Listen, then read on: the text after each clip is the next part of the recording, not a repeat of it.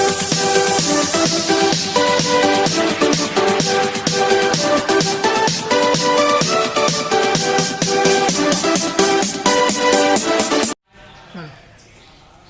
Morning बच्चों। Sardar Patel inter college Jarauli phase 2 की online class में आप सबका स्वागत है। बच्चों, गत दिवसों में अभी आप व्यंजन संधि के भेद पढ़ रहे थे। व्यंजन संधि के 3 भेद आप लोगों ने पढ़ लिए हैं। आज आप देखेंगे व्यंजन संधि का चौथा भेद, चरत्व संधि। चरत्व संधि का जो सूत्र होता है वो होता है बच्चों खैरिच। सूत्र छोटा है लेकिन यह नियम पूरी तरह से प्रकट कर रहा है।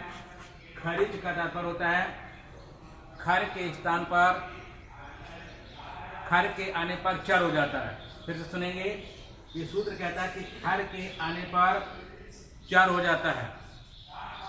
पूर्णतया या पूरा नियम क्या होता है उसको ध्यान से सुनेंगे।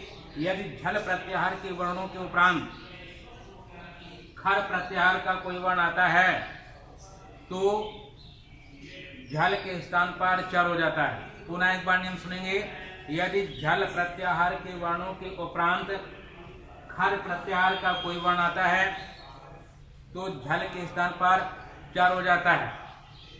झल प्रत्याहार का तात्पर्य आपको मालूम है, किसी भी वर्ग का पहला, दूसरा, तीसरा और चौथा वर्ण झल प्रत्याहार के अंतर्गत आता है। और खर प्रत्याहार का तात्पर्य क्या होता है, किसी वर्ण का पहला और दूसरा वर्ण। और चर का तात्पर्य क्या होता है, उसी वर्ग का प्रथम वर्ण। देखेंगे बच्चों, नियम के आधार पर यहाँ उदाहरण है, लिखा सद धन कारः।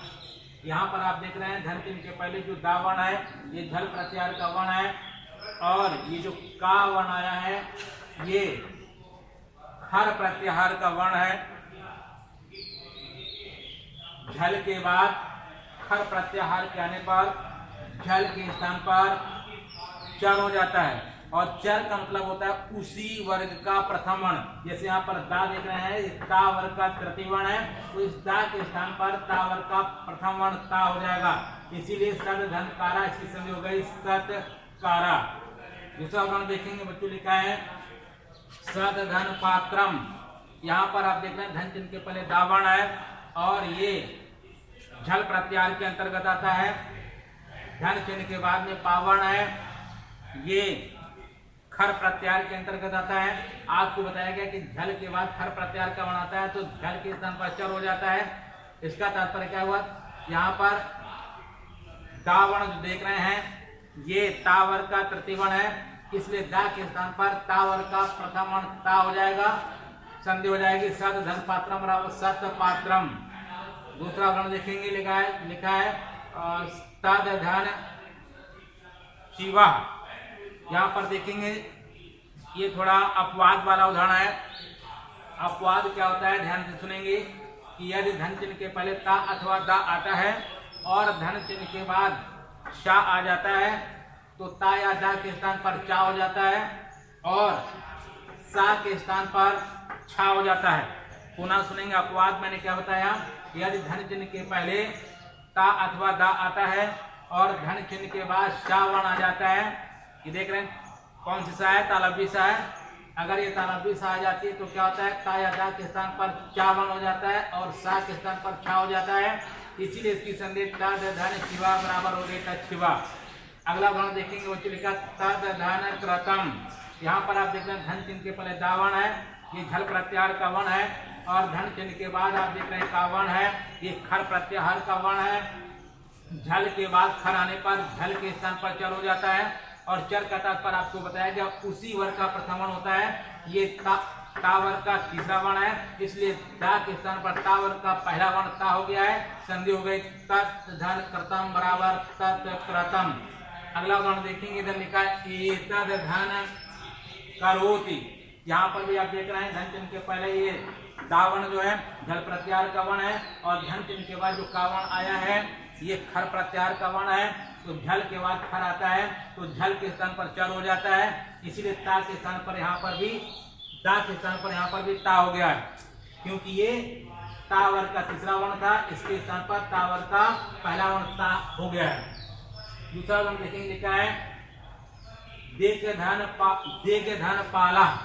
यहाँ देख रहे हैं धन चिन्ह के पहले गा वर्ण आया है, ये झल प्रत्याहार का वर्ण है, और धन चिन्ह के बाद देख रहे हैं पा वर्ण आया है, ये आपका खर प्रत्याहार का वर्ण है। झल के बाद खर आने पर झल के स्थान पर चर हो जाता है, और चर का तात्पर्य क्या होता है, उसी वर्ग का पहला वर्ण। जैसे आप देख रहे हैं गा, ये का वर्ग का तीसरा वर्ण है, तो गा के स्थान पर का वर्ग का पहला वर्ण यानी का हो गया है, तभी इसकी संधि होगी देख धन पाला और देख पाला। दूसरा वर्ण देखने लिखा तत् धन तिलम। अभी मैंने बताया था ये अपवाद का उदाहरण है, यहाँ पर आपको बताया गया था तत् धन शिवा में, उसी प्रकार से बिल्कुल उदाहरण है, ये अपवाद वाला है। यदि धन चिन्ह के पहले ता वर्ण आता है या दा वर्ण आता है और धन चिन्ह के बाद सा वर्ण आ जाता है, तो ता के स्थान पर चा हो जाता है और सा के स्थान पर छा हो जाता है, इसीलिए तत् धन शीलम, इसकी संधि हो गई तत्शीलम। अगला यानी पांचवा भेद इसका होता है अनुस्वार संधि। व्यंजन संधि का पांचवा भेद क्या होता है बच्चों, अनुस्वार संधि। और अनुस्वार संधि का सूत्र क्या होता है, मोनोस्वारा। और इसका नियम क्या होता है, यदि पदांत में मां के बाद कोई व्यंजन वर्ण आ जाता है, यदि पदांत में मां वर्ण के बाद कोई भी व्यंजन वर्ण आ जाता है, तो क्या होता है, मां के स्थान पर अनुस्वार हो जाता है। और अनुस्वार का मतलब आप जानते हैं बच्चों, अंक की मात्रा होती है। अनुस्वार का तात्पर्य अंक की मात्रा होती है। तो यहाँ देख रहे हैं उदाहरण लिखा हरिम धन मंडे, यहाँ पर धन चिन्ह के पहले मां वर्ण आ गया है और बाद में वाह आया है, तो मां के स्थान पर अनुस्वार हो गया। देख रहे हैं आप यहाँ पर रा में मां नाम लिख करके उसके ऊपर अनुस्वार यानी अंक की मात्रा लगा दी गई है। दूसरा उदाहरण इसी प्रकार लिखा त्वाम धन बदामी, यहाँ पर भी धन चिन्ह के पहले मां वर्ण आ गया है और बाद में वाह वर्ण आया है, तो मां के स्थान पर अनुस्वार हो गया। देख रहे हैं यहाँ पर त्वाम में मां लिखा हुआ है और यहाँ त्वाम लिखा, लेकिन यहाँ पर मां के स्थान पर अनुस्वार हो गया है। इसी प्रकार अगला उदाहरण लिखा त्वम धन करोसी, यहाँ पर देख रहे हैं धन चिन्ह के पहले मां वर्ण आया है और धन चिन्ह के बाद में का वर्ण आया है, तो मां के स्थान पर अनुस्वार हो गया है। यहाँ पर मां लिखा हुआ, यहाँ पर मां के स्थान पर केवल अनुस्वार लगा दिया गया है, त्वम करोसी। अगला उदाहरण है रामम धन भजामी, यहाँ पर भी देख रहे हैं धन चिन्ह के पहले मां वर्ण है और बाद में ये भावर्ण आ गया है, तो मां के स्थान पर अनुस्वार केवल होगा रामम धन भजामी। इसका बच्चों अगला यानी छठवां भेद होता है पर सवर्ण संधि। पर सवर्ण संधि का सूत्र क्या होता है बच्चों, अनुस्वारस्य यय पर सवर्ण, अनुस्वारस्य यय पद पर सवर्ण।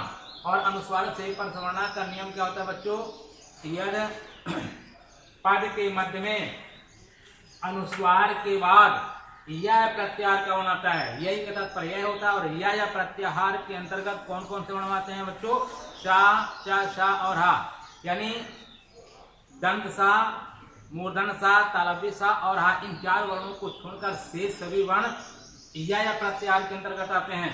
नियम फिर से सुन लेंगे, यदि पद के मध्य में अनुस्वार के बाद या प्रत्याहार का कोई वर्ण आता है, तो अनुस्वार के स्थान पर सवर्ण हो जाता है। और पर सवर्ण का मतलब होता है उसी वर्ग का पंचम वर्ण, पांचवा अक्षर। देखेंगे बच्चों, वैसे अनुस्वार तो होता है अंक की मात्रा को अनुस्वार कहा जाता है, लेकिन आप यहाँ देख रहे हैं श्याम धन की उदाहरण लिखा है। प्रत्येक वर्ग का जो पंचम वर्ण होता है, जैसे 5 वर्ग होते हैं, का वर्ग, चा वर्ग, टा वर्ग, ता वर्ग और पा वर्ग, इस पांचों वर्गों के प्रत्येक वर्ग का जो पांचवा वर्ण होता है, फिर से सुनेंगे, प्रत्येक वर्ग का जो पांचवा वर्ण होता है वो अनुस्वार कहलाता है। वैसे तो अनुस्वार अंक की मात्रा होती है, लेकिन पांचवा वर्ण को भी अनुस्वार की गणना में गिना जाता है, अनुस्वार की श्रेणी माना जाता है। यहाँ लिखा है शाम दंती, देखिए यहाँ पर माँ है, इसको अनुस्वार के अंतर्गत मानेंगे और यहाँ पर तावन आ गया है, तो इस अनुस्वार के स्थान पर ता वर्ग का पांचवा ना होता है, ना हो गया है। उसी प्रकार अगला उदाहरण है कोन धन ठेता, यहाँ देखेंगे पंचम वर्ण है, अनुस्वार माना जाएगा और इसके बाद में ठावन आ गया है, तो ये टा वर्ग का वर्ण है, इसलिए ना के स्थान पर यहाँ पर देखेंगे टा वर्ग का पांचवा वर्ण यहाँ पर हो गया है, णा आदि है, कोन ठेता लिखा हुआ है। अन धन चिता, यहाँ पर भी ना अनुस्वार है और यहाँ पर क्या बना गया है, तो अनुस्वार के स्थान पर चावर का पांचवा वर्ण यहाँ होता है ना, चा छा जा झा यहाँ, तो इसलिए अन धन चिता बराबर अंकिता हो गया। अगला उदाहरण देखेंगे, लिखा अन धन चिता, यहाँ पर देख रहे हैं धन चिन्ह के पहले अनुस्वार वर्ण यानी पांचवा वर्ण है और बाद में का वर्ण आ गया है, तो इस अनुस्वार के स्थान पर कावर का पांचवा वर्ण इंगा होता है ना बच्चों, इसलिए इंगा हो गया है। संधि करने पर क्या होगा, क्या हो गया, अंकिता, काका का इंगा पांचवा वर्ण होता है ना, तो अन धन किता की संधि होगी अंकिता। दूसरा उदाहरण लिखा गोम धन फिता, यहाँ पर मां वर्ण है, अनुस्वार के अंतर्गत है और बाद में फा वर्ण आ गया है, तो देखेंगे पावर का ये वर्ण फा है, इसलिए पावर का पांचवा वर्ण क्या होता है, मां। यहाँ पर पहले से ऑलरेडी मां था इसलिए वही रहा है, क्योंकि पांचवा वर्ण होता ही है परिवर्तन के साथ। अब देखेंगे बच्चों अगला उदाहरण लिखा अलम धन चकारी, यहाँ पर अलम धन चकार में क्या लिखा है, पहला संधि करके जो उदाहरण लिखा गया अलम चकार लिखा गया है, ये जो लिखा गया है परसवर्ण के अंतर्गत आता है, इसको इस प्रकार से भी लिखा जा सकता है अलम धन चकार यानी अनुस्वार लगा करके भी लिखा जा सकता है। यदि अनुस्वार लगाकर लिखा जाएगा तो बच्चों ये अनुस्वारा सूत्र के अंतर्गत आ जाएगा।